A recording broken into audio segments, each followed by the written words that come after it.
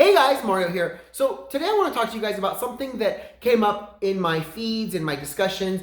It's this idea that we need to support the blue. And I support the blue 100%. I mean, I'm wearing the shirt. But I also understand that it is a thin blue line. And what I mean by that is the police have to traverse a very thin line. They have to traverse a line that says, do my job and step on people's rights.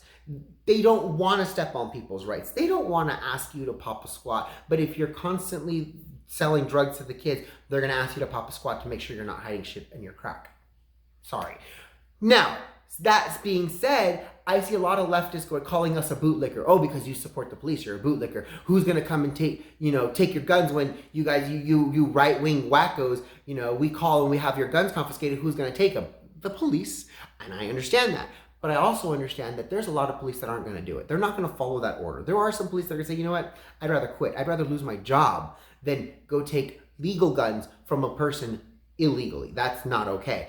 There are officers who would say, you know what, I'd rather not be part of that shift. Eric Mutzos was one of those officers who said, you know what, I'd rather not ride in your LGBT pride parade on my motorcycle. Thanks so much. Thanks, but no thanks. I'm going to pass. And you know what happened? He got fired. This is what happens. We need good men to stand up and say something, because when bad men don't continue to do things and good men don't stand up, bad men become powerful and they become in control. And they can do things like raid your home for your firearms that you've legally obtained. Now, this is why the blue line is a thin blue line. I mean, even on my thing, it's not the whole shield is blue, it's a thin blue line. Because we want our officers, our retired military, our veterans, who are people who are in charge of our safety, to also have our best interest at heart, not the city's best interest, not the mayor's best interest, because the mayor is petty. The mayor of Burbank is so petty that he built a fence and he's using the police to defend that fence, instead of using the police to take down all the illegal businesses selling all kinds of illegal products on every corner of his street. He'd rather have his police act as a security force to protect a fence. This is where I have a problem with the thin blue line, where the police are no longer serving and protecting the citizens. They're serving and protecting the interests of the city. And yes, the city is their employer, but ultimately, beyond the city, the citizens are their employer, and they forget that. So when I'm out there and I try to talk to the police and I remind them, who do you serve? Who do you serve? You do not serve the city, you serve the citizens, and you have to remember that oath. You take an oath to the Constitution to serve and protect and defend the Constitution, not to allow these people who's elected officials to overreach and use your resources in inappropriate ways.